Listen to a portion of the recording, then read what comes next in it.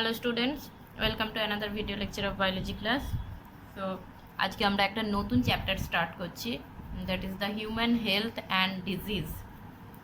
So human health and disease চ্যাপ্টারে দুটো part রয়েছে, একটা হচ্ছে হেলথ পার্ট আর একটা হচ্ছে disease related part. So health জিনিসটা কি?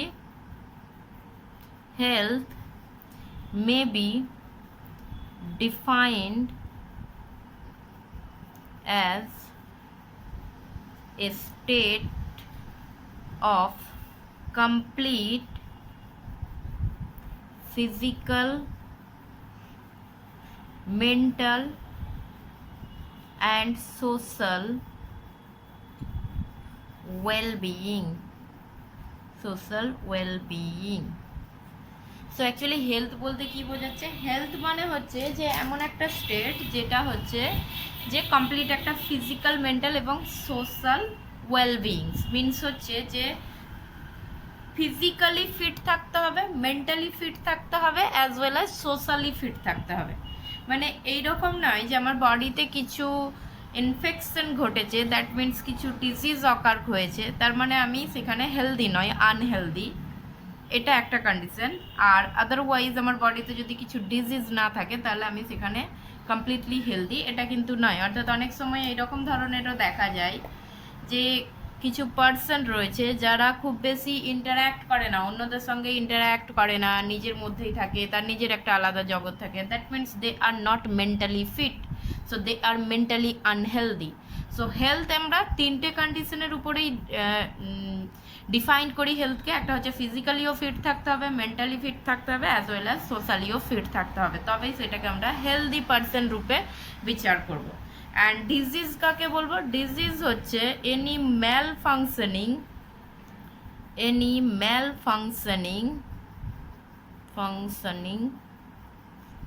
of body or parts of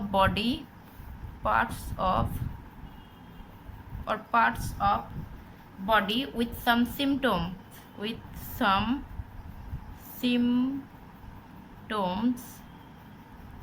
are called disease.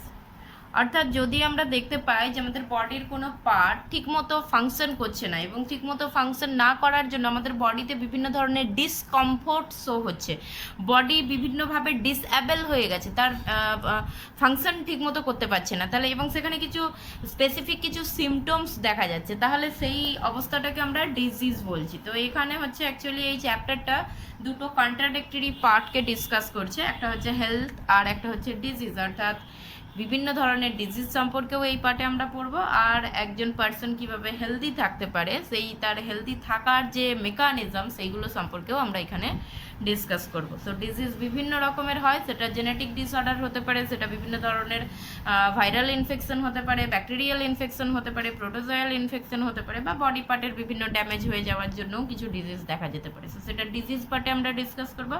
But এখন আমরা যেটা স্টার্ট করব সেটা হেলথ পার্টটা, মানে এই চ্যাপ্টারেরই ফার্স্ট পার্ট যেটা, দ্যাট ইজ দ্য হেলথ থেকে আমরা স্টার্ট করব। তো হেলদি কিভাবে, একজন পার্সন কিভাবে হেলদি থাকছে, আমরা আমাদের চারপাশে কিন্তু প্রতিনিয়ত এনকাউন্টার করছি কয়েকশো কোটি বা মিলিয়নস অফ, বলতে পারি আমরা millions of bacteria or protozoa or virus, অর্থাৎ মিলিয়নস অফ মাইক্রোবসকে আমরা এভরি ডে এনকাউন্টার করছি। সো আমাদের চারপাশটা অ্যাকচুয়ালি মাইক্রোবসে ঘেরা, এবং এই সমস্ত মাইক্রোবসগুলো ম্যাক্সিমামগুলোই প্যাথোজেনিক, মানে তারা ডিজিজ কজিং এজেন্ট হিসাবে কাজ করতে পারে। কিন্তু তা সত্ত্বেও কিন্তু আমরা হেলদি থাকছি, মানে তা সত্ত্বেও কিন্তু এইরকম নয় যে আমরা সবসময় ডিজিজে আক্রান্ত হয়ে যাচ্ছি। সেটার কারণ হচ্ছে যে আমাদের বডিতে একটা ডিফেন্স মেকানিজম রয়েছে, আমাদের বডির একটা অ্যাবিলিটি রয়েছে যার দ্বারা বডি যে কোনো ধরনের প্যাথোজেনকে রেজিস্ট করতে পারে বা বাধা সৃষ্টি করতে পারে, সেই প্যাথোজেনকে আমাদের বডিতে এন্ট্রি করতে, মানে ঢুকতে বাধা দিতে পারে, অর ঢুকে যাওয়ার পর তাকে রোগ সৃষ্টি করতে বাধা দিতে পারে। তো সেই অবস্থাটাকেই বলা হচ্ছে, সেই যে অ্যাবিলিটি বা সেই যে properties, that is call immunity. So immunity হচ্ছে আমাদের ডিফেন্স মেকানিজম বলতে পারি। ইমিউনিটি মানে হচ্ছে it is the ability of an organism to resist infections by pathogens or toxins that can damage body parts. So that can damage body parts. অর্থাৎ immunity হচ্ছে it is the ability of an organism to resist infection by pathogen. অর্থাৎ কোনো আমরা আমাদের ক্ষেত্রে যদি বলি তাহলে হিউম্যান বডিতে এমন একটা হিউম্যান বডির একটা অ্যাবিলিটি আছে যার দ্বারা সে বাইরে থেকে যে কোনো জীবাণু আমার দেহেতে প্রবেশ করতে বাধা দিতে পারে বা প্রবেশ করে যাওয়ার পর যে রোগ সৃষ্টিতে বাধা দিতে পারে। সো এই যে একটা রেজিস্ট্যান্স যে মেকানিজম এইটাকেই বলা হচ্ছে ইমিউনিটি বলা হচ্ছে। অ্যান্ড এই ইমিউনিটি এই শব্দটা অ্যাকচুয়ালি একটা ল্যাটিন ওয়ার্ড থেকে এসেছিল। অ্যান্ড এই ল্যাটিন ওয়ার্ডটা হচ্ছে ইমিউনিস। এইটা একটা Latin word. So Latin word থেকে ইমিউনিটি শব্দটা এসেছে। অ্যান্ড ল্যাটিন ওয়াজ ইমিউনিসের মানে হচ্ছে এক্সেম্পট, ঠিক আছে। অ্যান্ড এই যে এই রেজিস্ট্যান্স যে মেকানিজমটা এটা করার জন্য এই টোটাল ফাংশনটাকে করছে different kinds of cell and organs মিলিত হয়ে কি তৈরি করছে, সিস্টেম তৈরি করছে। সো কি সিস্টেম তৈরি করছে, ইমিউনিটি সিস্টেম তৈরি করছে বা ইমিউনো সিস্টেম তৈরি করছে। So different types of cells and organs carry out the function of resistance that is immunity constitute immunosystem।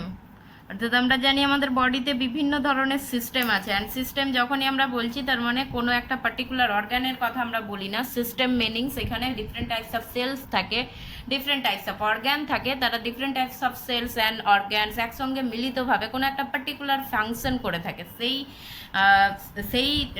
তখন সেইটাকে আমরা বলছি সিস্টেম। যেমন আমাদের বডিতে রেসপিরেটরি সিস্টেম আছে, ডাইজেস্টিভ সিস্টেম রয়েছে বা সার্কুলেটরি সিস্টেম রয়েছে। সো সেই রকমই একটা সিস্টেম রয়েছে যেটাকে আমরা ইমিউনো সিস্টেম বলছি। আর ইমিউনো সিস্টেমের মেন ফাংশনটা কি না, ইমিউনো সিস্টেমের মেন ফাংশন হচ্ছে যে বডিকে হেলদি রাখা হচ্ছে এর মেন ফাংশন। অর্থাৎ বিভিন্ন ধরনের যে মাইক্রোবসগুলো আমাদের বডিতে যাতে এন্ট্রি না করতে পারে বা এন্ট্রি করার পরেও তারা যেন কোনো রোগ সৃষ্টি না করতে পারে। সো সেটা হচ্ছে ইমিউনো সিস্টেমের মেন কাজ। সো বেসিক্যালি আমরা যদি বলি তাহলে immuno system it is defensive system বলতে পারি আমরা। এটা আমাদের বডির একটা ডিফেন্সিভ সিস্টেম, আমাদেরকে ডিফেন্স প্রোভাইড করে। And immunity is the defensive mechanism বলতে পারি। অ্যান্ড যখন আমরা ইমিউনো সিস্টেম সম্পর্কে যেখানে পড়ছি, যে বায়োলজির যেই ব্রাঞ্চে পড়ছি সেটা হচ্ছে ইমিউনোলজি বলা হচ্ছে। So the study of immune system is called immunology বলা হচ্ছে। সো অ্যাকচুয়ালি যেই যে হেলথ পার্টটা, হিউম্যান হেলথ অ্যান্ড ডিজিজ, এইখানে যেই হেলথ পার্ট বলতে actually immunology part. And immunology basic কিছু আইডিয়া আমরা এই চ্যাপ্টারে পড়বো ইমিউনোলজি সম্পর্কে। তো আমরা প্রথমে স্টার্ট করি সেলস অফ ইমিউনো সিস্টেম দিয়ে। অর্থাৎ ইমিউনো সিস্টেমে কি কি আছে সেইগুলো দিয়ে আমরা স্টার্ট করছি। সো ইমিউনো সিস্টেম প্রথমেই আমরা বললাম যে ইমিউনো সিস্টেমের আন্ডারে ডিফারেন্ট টাইপস অফ সেলস থাকবে and different types of organs থাকবে। সো প্রথমে সেলস বলি। সো সেলস হচ্ছে সেলসের মধ্যে ইমিউনো সিস্টেমের আন্ডারে যে সেলসগুলো রয়েছে তার মধ্যে যেটা মেন সেল যেটা ইমিউনিটি প্রোভাইড করে দ্যাট ইজ দ্য WBC, হোয়াইট ব্লাড সেল, আর এটাকে লিউকোসাইটসও বলা হয়ে থাকে। সো আমাদের ইমিউনিটি প্রোভাইড করার জন্য যেটা সেল, সেই মেন সেলটাই হচ্ছে WBC অর লিউকোসাইট বলা হচ্ছে। সো WBC আর লিউকোসাইট। WBC আমরা আবার জানি যে WBC আবার অনেকগুলো ভাগে ভাগ করা হয়। সো WBCকে প্রথমেই দুটো ক্যাটাগরিতে ভাগ করা হয়। একটা হচ্ছে granulocytes and another one is অ্যাগ্রানিউলোসাইটস। গ্র্যানিউলোসাইটস মানে বেসিক্যালি যেটাকে বলা হয় যে গ্র্যানিউলোসাইটস মানে যে WBC having granules in their cytoplasmic matrix অর্থাৎ যে সমস্ত ডাব্লিউবিসির সাইটোপ্লাজমে গ্র্যানিউলস প্রেজেন্ট থাকে তাদেরকে বলা হচ্ছে granulocytes. And granules nothing but a reactive substance, অর্থাৎ এমন কিছু সাবস্টেন্স যেগুলো মাইক্রো অর্গানিজমকে কিল করার কাজে ব্যবহৃত হয়ে থাকে। সো সেইগুলো কিছু ডাব্লিউবিসি আছে যাদের সাইটোপ্লাজমে এরকম ধরনের রিয়াক্টিভ সাবস্টেন্স থাকে বা গ্র্যানিউলস থাকে, দ্যাটস ওয়াই তাদেরকে গ্র্যানিউলোসাইটস বলছি। অ্যান্ড অ্যাগ্র্যানিউলোসাইটস হচ্ছে উইদাউট গ্র্যানিউলস, অর্থাৎ এদের সাইটোপ্লাজমে স্মুথ হয় উইদাউট গ্র্যানিউলস, এখানে কোনো গ্র্যানিউলস প্রেজেন্ট থাকে না। সো গ্র্যানিউলোসাইটসের মধ্যে কে কে পড়ে? গ্র্যানিউলোসাইটসের মধ্যে পড়ছে নিউট্রোফিলস, ইওসিনোফিল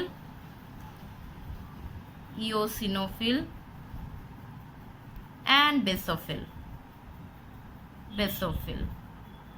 অ্যান্ড অ্যাগ্রানিউলোসাইটসের মধ্যে কারা পড়ছে? অ্যাগ্রানিউলোসাইটসের মধ্যে দুটো পড়ছে, একটা হচ্ছে মোনোসাইটস অ্যান্ড লিম্ফোসাইটস। সো এই যে 5 ধরনের যে ডাব্লিউবিসি আছে, এই 5 ধরনের ডাব্লিউবিসি কিন্তু মেন কম্পোনেন্ট অফ ইমিউনো সিস্টেমের মেন কম্পোনেন্ট হিসাবে কাজ করে থাকে। সো আমরা একটা একটা করে ডিসকাস করি। ফার্স্টেই আমি ডিসকাস করছি নিউট্রোফিল সম্পর্কে। Neutrophil, so neutrophil, it is the most abundant type, it is the most abundant type of WBC, অর্থাৎ যে ডাব্লিউবিসি আছে, যত টাইপসের ডাব্লিউবিসি আছে তার মধ্যে সব থেকে বেশি যে ডাব্লিউবিসিটা পাওয়া যায় সেটা হচ্ছে নিউট্রোফিল। কত থাকে? প্রায় 60 to 65%, অর্থাৎ টোটাল ব্লাডে টোটাল ডাব্লিউবিসি 60 to 65%টাই নিউট্রোফিল থাকে। নিউট্রোফিলের অ্যানাদার ইম্পর্টেন্ট ক্যারেক্টারিস্টিক হচ্ছে ইট হ্যাজ মাল্টিলোবড নিউক্লিয়াস, অর্থাৎ নিউট্রোফিলের মধ্যে মাল্টিলোবড নিউক্লিয়াস দেখতে পাওয়া যায়। অ্যান্ড সেই জন্য নিউট্রোফিলের অপর নাম হচ্ছে পলিমরফো নিউক্লিয়ার লিউকোসাইটস। পলিমরফোনিউক্লিয়ার লিউকোসাইটস বা সংক্ষেপে বলা হয় PMNL। So PMNL means polymorphonuclear leucocytes. কাকে বলা হচ্ছে? নিউট্রোফিলকে বলা হয়। তার কারণ নিউট্রোফিলের মধ্যে মাল্টিলোবড নিউক্লিয়াস দেখা যায়, যে নিউক্লিয়াসটা প্রেজেন্ট থাকে সেটা হচ্ছে মাল্টিলোবড হয়, সেই জন্য এটাকে পলিমরফোনিউক্লিয়ার বলা হচ্ছে। এরা মেনলি বোন ম্যারোতে তৈরি হয়, ডাব্লিউবিসি যেহেতু, সো সেই জন্য এটা মেনলি বোন ম্যারোতে তৈরি হয়, এবং বোন ম্যারোতে তৈরি হওয়ার পর এরা ব্লাডের মধ্যে সার্কুলেট করে। সো অ্যাকচুয়ালি নিউট্রোফিল হচ্ছে মোটাইল বলতে পারি। অ্যান্ড এইখানে ইমিউনিটি প্রোভাইডে এর ফাংশন কি না? ইট ইজ অ্যাক্টিভ ফ্যাগোসাইটিক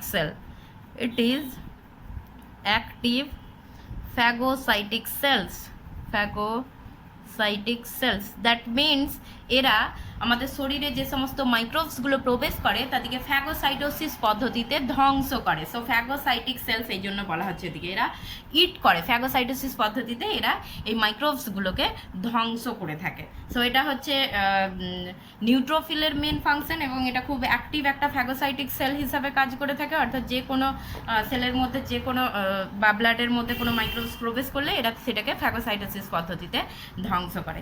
একই সঙ্গে এইখানে আর একটা ইম্পর্টেন্ট ক্যারেক্টার নিউট্রোফিলের, that is it squeeze out from blood vessel. অর্থাৎ নর্মালি তো এটা ব্লাডের মধ্যে সার্কুলেট হতে থাকে, ব্লাডের মধ্যে এরা মোটামুটি ঘুরতে থাকে, চতুর্দিকে সার্কুলেট হতে থাকে এবং ইন্সপেক্ট করতে থাকে যে কোথায় কিছু মাইক্রোবস বা কোথাও কিছু ফরেন পার্টিকেল আছে কিনা। এছাড়াও ব্লাড ভেসেল থেকে এরা কি হয়? স্কুইজ আউট, মানে ব্লাড ভেসেল থেকে বেরিয়ে, suppose this is the blood vessel, এরকম এটা যদি ব্লাড ভেসেল হয়, অ্যান্ড এই ব্লাড ভেসেলের এই ব্লাডের ওয়াল থেকে এরা বেরিয়ে যেতে পারে, বেরিয়ে কোনো নিয়ারবাই টিস্যুতে যেতে পারে। সো নিয়ারবাই টিস্যুতে এরকম যেতে পারে যেখানে ড্যামেজ ঘটেছে। সো নিয়ার বাই টিস্যুতে যেতে পারছে। সো এই ধরনের প্রসেসকে বলা হয় ডায়োপেডেসিস বলা হয়। এগুলো আমরা পরের ক্লাসে ডিসকাস করব, এদের যখন ডিটেলস ফাংশন করব তখন পরের ক্লাসে ডিসকাস করব। আপাতত আমি জাস্ট ক্যারেক্টারিস্টিকগুলো এবং সেলগুলো সম্পর্কে বলছি। অ্যান্ড এখানে আরেকটা যেটা মনে রাখার বিষয় সেটা হচ্ছে যে they are the first cell, they are the first cell to arrive in the sites of infection. যদি ইনফেকশন কোথাও ঘটে তাহলে সবার প্রথম কিন্তু সেখানে পৌঁছয় এই নিউট্রোফিলি গিয়ে পৌঁছবে সবার প্রথম সেখানে, কেননা নিউট্রোফিল অনেক সংখ্যায় অনেক বেশি রয়েছে। সো এইরকম ধরনের ব্লাড ভেসেল থেকে স্কুইজ আউট হয়ে এরা ওই রকম পার্শ্ববর্তী যেখানে ইনফেকশন ঘটেছে সেখানে পৌঁছবে। আর নিউট্রোফিল নামটা কেন সেটা তো আমরা জানি যে নিউট্রোফিল নামটা এসেছে তার কারণ এরা অ্যাসিড এবং হচ্ছে বেসিক যে কোনো ডাই দিয়ে এদিকে আমরা স্টেন করতে পারি। যখন দেখি মাইক্রোস্কোপে যখন দেখি তখন অ্যাসিডিক বা বেসিক যে কোনো ডাই দিয়ে এরা স্টেন হতে পারে, দ্যাটস ওয়াই এটাকে নিউট্রোফিল বলা হয়। সেকেন্ড টাইপস হচ্ছে যেটা granulocyted second types, that is eosinophil. Eosinophil অ্যাসিডোফিলও বলা হয়, ইওসিনোফিল আর অ্যাসিডোফিল, বিকজ এরা হচ্ছে অ্যাসিডিক ডাই দিয়ে শুধুমাত্র স্টেন হতে পারে, সেই জন্য এদিকে বলা হচ্ছে ইওসিনোফিল আর অ্যাসিডোফিল বলা হচ্ছে। So they can be stain by acidic dye. Mainly যে ডাইটা দিয়ে এদিকে স্টেট করা হয় সেটার নামই হচ্ছে eosin. They are associated with allergic reaction, অর্থাৎ যখন অ্যালার্জিক রিয়াকশন হয় সেই সময় ইওসিনোফিলের পরিমাণ বেড়ে যায়। এমনি নর্মাল কেসে ইওসিনোফিল 2 to 5% থাকে, হোয়াইট ব্লাড সেলের 2 to 5% ইওসিনোফিল থাকে। যদি বডিতে কিছু অ্যালার্জিক রিয়াকশন দেখা যায় তখন কিন্তু ইওসিনোফিলের পরিমাণটা কিন্তু অনেক বেড়ে যায়। সেই জন্য অ্যালার্জি টেস্ট করার জন্য ইওসিনোফিল যদি ব্লাডে বেশি থাকে তাহলে সেখানে অ্যালার্জি কিছু রিয়াকশন হচ্ছে এটা ধরা হয়। সো অ্যালার্জি টেস্টে ইওসিনোফিল ইউজ হয়। অ্যান্ড এখানে দে আর effective against protozoan and helminth parasite, অর্থাৎ প্রোটোজোয়ান এবং হেলমিন্থ প্যারাসাইটসের এগেনস্টে কিন্তু ইওসিনোফিল ইফেক্টিভ। অর্থাৎ এই বডিতে যদি আমার কোনো প্রোটোজোয়া বা কোনো হেলমিন্থ টাইপের প্যারাসাইট প্রবেশ করে তাহলে সঙ্গে সঙ্গে কিন্তু ইওসিনোফিল তার অ্যাকশন শো করবে এবং সঙ্গে সঙ্গে এই হেলমিন্থ প্যারাসাইট বা প্রোটোজোয়াকে এরা ধ্বংস করবে। থার্ড টাইপস যেটা, that is the basophil. And basophil নামটা এসেছে বেসোফিল। আচ্ছা, ইওসিনোফিলের ক্ষেত্রে আরেকটা যেটা মনে রাখতে হবে, ইট হ্যাজ বাইলোবড নিউক্লিয়াস। নিউট্রোফিলের ক্ষেত্রে মাল্টিলোব ছিল, এদের ক্ষেত্রে বাইলোবড নিউক্লিয়াস। বেসোফিলের ক্ষেত্রে এরা হচ্ছে বেসিক ডাই দিয়ে স্টেন হয়, basic die mainly methylene blue, যেটা সে মিথাইলিন ব্লু দিয়ে এদিকে স্টেন করা হয়। এছাড়া basophil it is less in number, অর্থাৎ সব থেকে কম নাম্বার যদি থাকে, কম পার্সেন্টেজ বা কম কোয়ান্টিটিতে যেটা থাকে সেটা হচ্ছে ডাব্লিউবিসির মধ্যে সব থেকে কোয়ান্টিটি কম যেটা সেটা হচ্ছে বেসোফিল। সো অনলি 1% থাকে। মোস্ট অ্যাবান্ডেন্ট কোনটা বললাম? Neutrophil. Less abundant that is the basophil, সব থেকে কম পরিমাণে বেসোফিল থাকে। অ্যান্ড বেসোফিল ইট সিক্রেটস, আচ্ছা ইট ইজ নন ফ্যাগোসাইটিক, অর্থাৎ এরা কিন্তু ফ্যাগোসাইটিক নয়, অর্থাৎ ফ্যাগোসাইটোসিস পদ্ধতিতে এরা রোগ জীবাণু ধ্বংস করতে পারে না। বাট ইট সিক্রেটস কি সিক্রেটস করে? সেরোটোনিন, হিস্টামিন, হেপারিন এটসেট্রা, এইগুলো কিন্তু এরা সিক্রেট করে এবং তার দ্বারা এরা ইমিউনিটি প্রোভাইড করে। কিভাবে প্রোভাইড করে সেগুলো আমরা নন স্পেসিফিক ইমিউনিটি পড়ার সময় বলবো, স্পেসিফিক ইমিউনিটি পড়ার সময় আমরা বলবো। So it secrete serotonin, histamine, heparins etcetera. Heparin তো আমরা জানি যে এটা অ্যান্টিকোয়াগুলেন্ট হিসাবে কাজ করে থাকে। সো এটা মেনলি ব্লাডকে ক্লট হতে বাধা দেয়। অ্যান্ড হিস্টিডিন থেকে তৈরি হচ্ছে। অ্যান্ড এগুলোও হচ্ছে অ্যালার্জিক রিয়াকশানে ইউজ হয়ে থাকে। বেসোফিল মেনলি অ্যালার্জিক রিয়াকশানের সঙ্গে বেসোফিলও অ্যাসোসিয়েটেড রয়েছে। এরপর আমরা আসি আগ্রানিউলোসাইট। অ্যান্ড আগ্রানিউলোসাইটের মধ্যে ফার্স্ট টাইপ যেটা, দ্যাট ইজ দ্য মোনোসাইটস কি করছে না, it is the largest, it is the largest WBC অর্থাৎ সব থেকে বড় সাইজের যে WBC, that is the monocyte, and it is also phagocytic cell, phagocytic cell অর্থাৎ এটাও কিন্তু phagocytic cell হিসাবে কাজ করে থাকে। এবং সিম্পলি বোন ম্যারো থেকে তৈরি হওয়ার পর এটা ওই ব্লাডের মধ্যে সার্কুলেট করে, কিন্তু ব্লাডের মধ্যে এরা বেশিক্ষণ সার্কুলেট করে না, সাধারণত 7 থেকে 8 ঘন্টা এরা ব্লাডের মধ্যে সার্কুলেট করে, অ্যান্ড তারপর এরা কিন্তু টিস্যুতে মাইগ্রেট করে যায়। সো যখন এরা টিস্যুতে মাইগ্রেট করছে, so after circulating few hours in blood, it migrates into টিস্যুতে প্রবেশ করে, and changes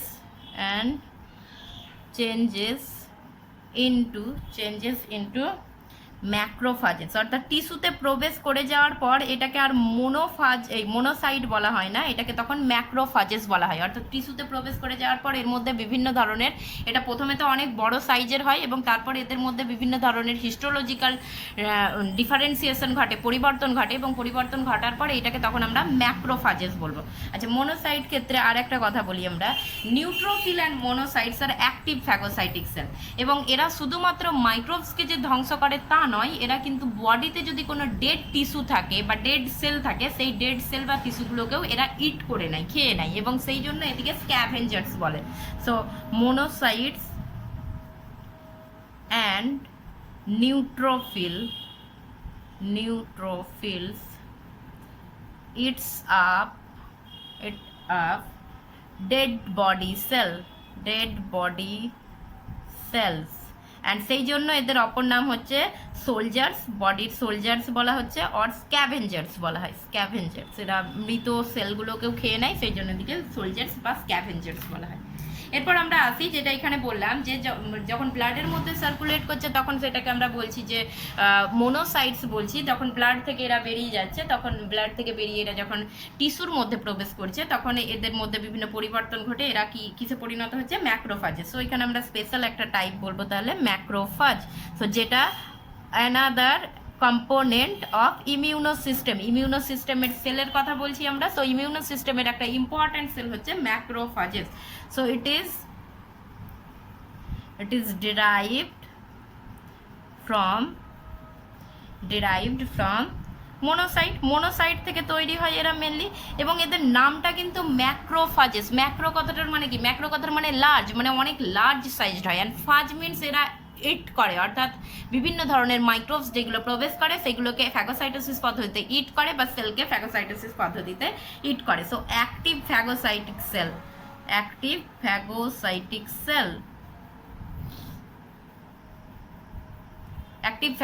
সেল। এবার ম্যাক্রোফাজ আবার দু ধরনের হয়ে থাকে। সো ম্যাক্রোফাজকে আমরা দু ভাগে ভাগ করতে পারি। একটা হচ্ছে ফিক্সড ম্যাক্রোফাজ, আর একটা হচ্ছে ওয়ান্ডারিং ম্যাক্রোফাজ। নামগুলো দেখেই আমরা বুঝতে পারছি, ফিক্সড মানে এর পজিশন কিন্তু ফিক্সড থাকে। অর্থাৎ প্রথমেই আমরা বললাম মোনোসাইট সেলের ভিতরে বা টিস্যুর ভিতরে গেলে তাকে আর মোনোসাইট বলবো না, তাকে ম্যাক্রোফাজ বলবো। এবার যে সমস্ত ম্যাক্রোফাজগুলো পার্টিকুলার কোনো টিস্যুর মধ্যেই প্রেজেন্ট থাকে আর অন্য কোথাও মুভ করে না, অর্থাৎ তাদের পজিশনটা ফিক্সড রয়েছে, তাদেরকে বলবো fixed macrophage. So fixed macrophage, position is fixed in specific tissue. একটা টিস্যুতে এরা, অর্থাৎ ম্যাক্রোফাজ মোনোসাইট এক একটা পার্টিকুলার টিস্যুতে প্রবেশ করেছে এবং প্রবেশ করে সেখানেই থেকে গেছে এবং সেখানেই পার্টিকুলার ফাংশন করছে। Position is fixed in specific tissue. যেমন এখানে আমরা কয়েকটা এক্সাম্পল বলতে পারি। এক নম্বরে এক্সাম্পল হচ্ছে কুপার সেল ইন লিভারের যে কুপার সেল সেটা হচ্ছে এক ধরনের ওই ফিক্সড ম্যাক্রোফাজ। এছাড়া হচ্ছে মেসেঞ্জিয়াল সেল ইন কিডনির মধ্যে mesangial cell. Histiocytes in connective tissue, আমি শুধু সিটি লিখলাম, কানেকটিভ টিস্যুর হিস্টিওসাইটস, অ্যালভিওলার ম্যাক্রোফাজ ইন লাংসের alveolar macrophage, osteoclast in bones and microglial cells in ব্রেনের মধ্যে বা সেন্ট্রাল নার্ভাস সিস্টেমের মধ্যে যে মাইক্রোগ্লিয়াল সেল, এগুলো সবগুলো ফিক্সড ইন পজিশন বা ফিক্সড ম্যাক্রোফাজ, অর্থাৎ এগুলো যেই পজিশন বলছি, অর্থাৎ এগুলো যেমন ব্রেনের যে হচ্ছে ম্যাক্রোফাজটা রয়েছে সেটাকে মাইক্রোগ্লিয়াল সেল বলছি, লাংসে যে ম্যাক্রোফাজ রয়েছে দ্যাট ইজ অ্যালভিওলার ম্যাক্রোফাজ, তো এগুলো এদের পজিশন ফিক্সড। আর ওয়ান্ডারিং ম্যাক্রোফাজ মানে আমরা বুঝতে পারছি যেটা motile, so it moves throughout the tissues, অর্থাৎ বিভিন্ন টিস্যুতে ঘুরে বেড়ায় এবং ইন্সপেকশনের কাজ করছে, কোথায় কি ইনফেকশন ঘটেছে সেই ইন্সপেকশনের কাজ করছে, সো সেটা হচ্ছে ম্যাক্রোফাজ।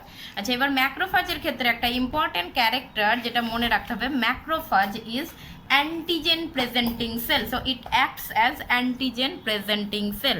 অ্যান্টিজেন বেসিক্যালি যেগুলো বাইরে থেকে যে সমস্ত মাইক্রোবস যেগুলো প্যাথোজেনিক ইন নেচার প্রবেশ করছে তাদেরকে আমরা অ্যান্টিজেন বলছি, so it is antigen presenting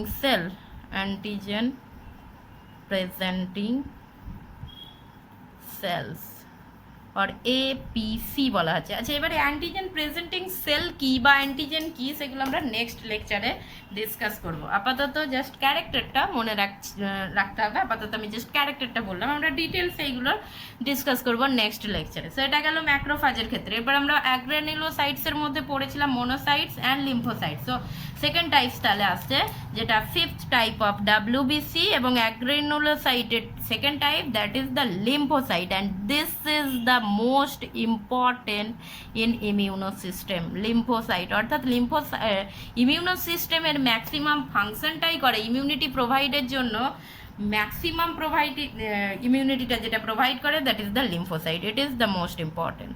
so actually আমরা মোস্ট ইম্পর্টেন্ট ইমিউনোসেল বলতে কিন্তু আমরা লিম্ফোসাইটকেই ধরে নিই, যে লিম্ফোসাইটই মেনলি আমাদেরকে ইমিউনিটি প্রোভাইড করে থাকে। অ্যান্ড লিম্ফোসাইটকে আগেন কয়েকটা ভাগে ভাগ করা হয়। লিম্ফোসাইটস মেনলি দুভাগে ভাগ করা হয়, একটা হচ্ছে B lymphocytes and another one is T lymphocytes, B lymphocytes and T lymphocytes। এবার বি লিম্ফোসাইটটা কি আর টি লিম্ফোসাইটটা কি না, B lymphocyte in case of human it arise or produce বলতে পারি, arise and mature in bone marrow, অর্থাৎ বোন ম্যারোর মধ্যে এটা জন্মায় বা সৃষ্টি হয় বলতে পারি, অ্যান্ড বোন ম্যারোর মধ্যেই এটা ম্যাচিওর করে মানুষের ক্ষেত্রে। বাট যখন বি লিম্ফোসাইট ডিসকভার হয়েছিল, it discovered in bursa of Fabricius of birds, এটা বার্ডসের দেহেতে প্রথম ডিসকভার হয়েছিল, এবং বার্ডসের যে অর্গ্যানের মধ্যে এটা পাওয়া গেছিল সেটা হচ্ছে bursa of Fabricius. So actually bursa of Fabricius it is a lymphoid organ or lymphoid glands of birds. মানুষের ক্ষেত্রে কিন্তু পাওয়া যায় না, মানুষের ক্ষেত্রে বার্সা অফ ফেব্রিসিয়াস বলে কোনো অর্গ্যান নেই, বার্ডসের দেহেতে রয়েছে বার্সা অফ ফেব্রিসিয়াস, অ্যাকচুয়ালি এটা লিম্ফয়েড গ্ল্যান্ড বলতে পারি আমরা। So lymphoid gland or lymphoid organ, and that's why প্রথম যেহেতু এই বার্সা অফ ফেব্রিসিয়াসে এটা পাওয়া গেছিল, সেই জন্য এইটাকে এই বি লিম্ফোসাইটের এই যে বি কথাটা এসেছে, B stands for bursa of Fabricius. তো সেই জন্য বি কিন্তু B stands for bursa of Fabricius, B লিম্ফোসাইটের বি কথাটা কিন্তু ওই বার্সা অফ ফেব্রিসিয়াসকে ডিনোট করছে। বাট মানুষের ক্ষেত্রে বার্সা অফ ফেব্রিসিয়াস কিছু থাকে না, মানুষের ক্ষেত্রে এই বি লিম্ফোসাইট হিউম্যানের ক্ষেত্রে বি লিম্ফোসাইট বোন ম্যারোতে উৎপন্ন হয় এবং বোন ম্যারোতেই ম্যাচিওর হয়। সো মানুষের ক্ষেত্রে বি লিম্ফোসাইটের B stands for bone marrow, but actual B stands for bursa of Fabricius. এরপর আসি আমরা T lymphocyte. T lymphocyte same জিনিস, যে it arise in bone marrow, bone ম্যারোতে উৎপন্ন হয় bone marrow, but matures in thymus. Bone ম্যারোতে উৎপন্ন হলেও এটা ম্যাচিওর হচ্ছে কোথায়? থাইমাস। থাইমাস আমরা জানি একটা এন্ডোক্রাইন গ্ল্যান্ড, যেটা হচ্ছে আমাদের চেস্টের মধ্যে থাকে, হার্টের উপরে থাকে থাইমাস গ্ল্যান্ড, যেটা চাইল্ডহুডে সব থেকে বেশি ডেভেলপড হয়, তারপর যত এজ হবে তত এটা শ্রিঙ্ক হতে থাকে। সো টি লিম্ফোসাইটের T stands for thymus, T stands for thymus, অর্থাৎ যেখানে এটা ম্যাচিওর হচ্ছে। সো অ্যাকচুয়ালি উৎপন্ন কোথায় হচ্ছে? উৎপন্ন হচ্ছে বোন ম্যারোতে, অ্যান্ড বোন ম্যারোতে উৎপন্ন হওয়ার ফলে পর ব্লাড বা লিম্ফের সাহায্যে এটা কি হচ্ছে? ক্যারি হয়ে যাচ্ছে কোথায়? এটা ব্লাড বা লিম্ফের সাহায্যে ক্যারি হয়ে থাইমাস গ্ল্যান্ডে যায়, এবং থাইমাস গ্ল্যান্ডে অ্যাকচুয়ালি এরা ম্যাচিওর হয়, এবং কিভাবে কাজ করতে হবে অ্যান্টিজেনের এগেনস্টে সেই সমস্ত ট্রেনিং অ্যাকচুয়ালি থাইমাস গ্ল্যান্ডে চলে। সো থাইমাসকে অ্যাকচুয়ালি আমরা ট্রেনিং হচ্ছে ইনস্টিটিউশনও বলতে পারি, training institution for T lymphocyte. T লিম্ফোসাইটকে ম্যাচিওর করছে থাইমাস গ্ল্যান্ড গিয়ে ম্যাচিওর করছে। And B lymphocyte mainly antibody ক্ষরণ করে, অ্যান্টিবডি ক্ষরণ করে অ্যান্টিজেনের বিরুদ্ধে কাজ করে, অ্যান্ড টি লিম্ফোসাইট আদার্স প্রসেসে টি সাইটোটক্সিক টি সেলের মারফত কাজ করে, অ্যান্ড সেইগুলোও আমরা স্পেসিফিক ইমিউনিটি পড়ার সময় বলবো। সো এটা হচ্ছে বি লিম্ফোসাইটের ক্ষেত্রে গেল। লিম্ফোসাইটের ক্ষেত্রে আর এছাড়াও কিছু এক্সট্রা কিছু সেল রয়েছে, যেটা হচ্ছে ন্যাচারাল কিলার সেল বলা হচ্ছে। So natural killer sell, natural killer sell. So natural killer sell কি? ইট is A type of lymphocyte. এটাও যেমন বি লিম্ফোসাইট আর টি লিম্ফোসাইট এক ধরনের লিম্ফোসাইট, সেই রকম ন্যাচারাল কিলার সেলও এক ধরনের lymphocyte, and it is non phagocyte. এটা কিন্তু নন ফ্যাগোসাইটিক বলতে পারি। একটা স্পেসিফিক ফাংশন করে, it secretes chemical called perforin. এটা এক ধরনের কেমিক্যাল সিক্রিট করে যেটার নাম হচ্ছে পারফোরিন, দ্যাট ক্রিয়েটস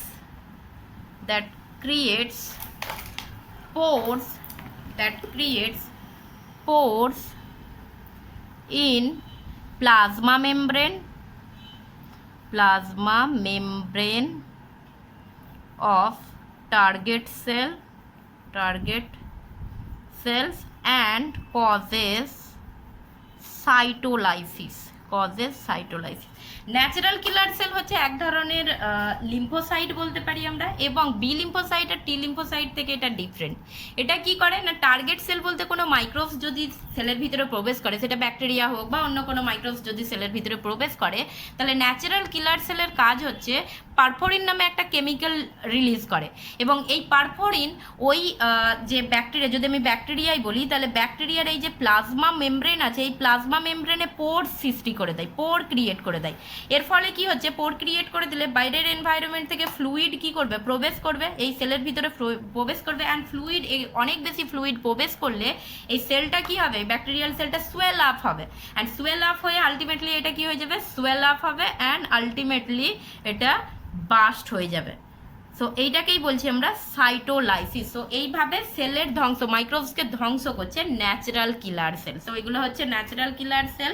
এগুলো হচ্ছে সমস্ত সেলগুলো যারা ইমিউনিটি প্রোভাইড করতে আমাদের ইমিউনো সিস্টেমে কাজ করছে। এছাড়া কিছু অর্গ্যানস রয়েছে, যারা অর্গ্যানসগুলোকে মেনলি দুটো ভাগে আমরা ভাগ করি। একটা হচ্ছে প্রাইমারি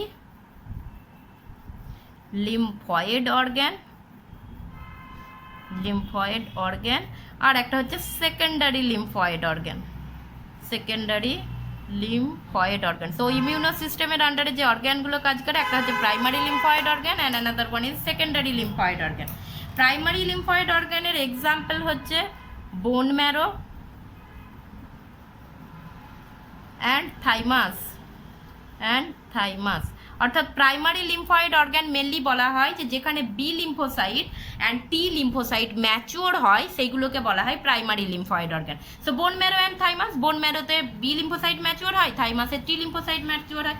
আর সেকেন্ডারি লিম্ফয়েড অর্গান যেখানে actually B lymphocyte and T lymphocyte mainly function করে, বা বলতে পারি সেকেন্ডারি লিম্ফয়েড অর্গান যেখানে ফরেন পার্টিকেল বা অ্যান্টিজেনের ট্র্যাপিং হয়, ট্র্যাপ করা হয়, এবং তারপর সেখানে গিয়ে B lymphocyte and T lymphocyte function করতে পারে বা তাদের ডিফারেন্সিয়েশন হয়, সেটা হচ্ছে সেকেন্ডারি লিম্ফয়েড অর্গান। এটার এক্সাম্পল হচ্ছে spleen, lymphoid gland, mucosa associated lymphoid tissue, যেটার ফুল অ্যাব্রিভিয়েটেড ফর্মে বলা হয় MALT, mucosa associated lymphoid tissue, MALT, MALT, বা হচ্ছে GALT, গাল্ট, মানে হচ্ছে গাট অ্যাসোসিয়েটেড, আমি শুধু গাটটা লিখে দিলাম, গাট অ্যাসোসিয়েটেড লিম্ফয়েড টিস্যু। সো এইগুলো হচ্ছে সেকেন্ডারি লিম্ফয়েড অর্গান যেখানে মেনলি ট্র্যাপিং করা হয়, trapping of foreign particle or antigen is ochre. So this is the immuno system, অর্থাৎ ইমিউনো সিস্টেমের বিভিন্ন সেল এবং অর্গান। অ্যান্ড এরা, এবার আমি জাস্ট ওভারভিউটা বললাম, আমি জাস্ট সামারাইজ করে বললাম যে কে কী ধরনের ফাংশন করছে, টোটাল কিভাবে ফাংশন করছে বা কিভাবে এইরকম প্যাথোজেনকে ধ্বংস করছে, দ্যাট ইজ দ্য নেক্সট ক্লাসে আমরা পড়বো সেগুলো।